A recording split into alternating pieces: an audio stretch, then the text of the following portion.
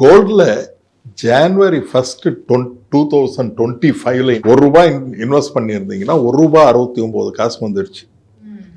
December 31 இன்னைக்கு calculate பண்ணியிருக்கேன்.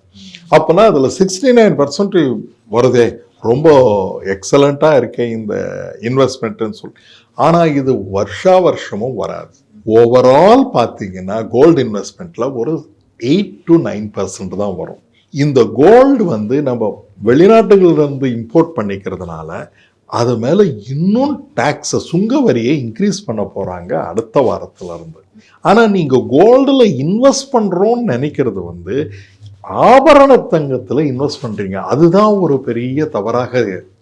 இந்த ஆபரண தங்கத்தில் இன்வெஸ்ட் பண்ணீங்கன்னா இதனுடைய நீங்கள் வாங்கும் போதே அதில் சேதாரம் செய்கூலி எல்லாமே அதில் சேர்த்து கொடுக்குறாங்க. நீங்கள் திருப்பி கொண்டு போய் கொடுத்தீங்கன்னா 15% லாஸ் ஆகுது.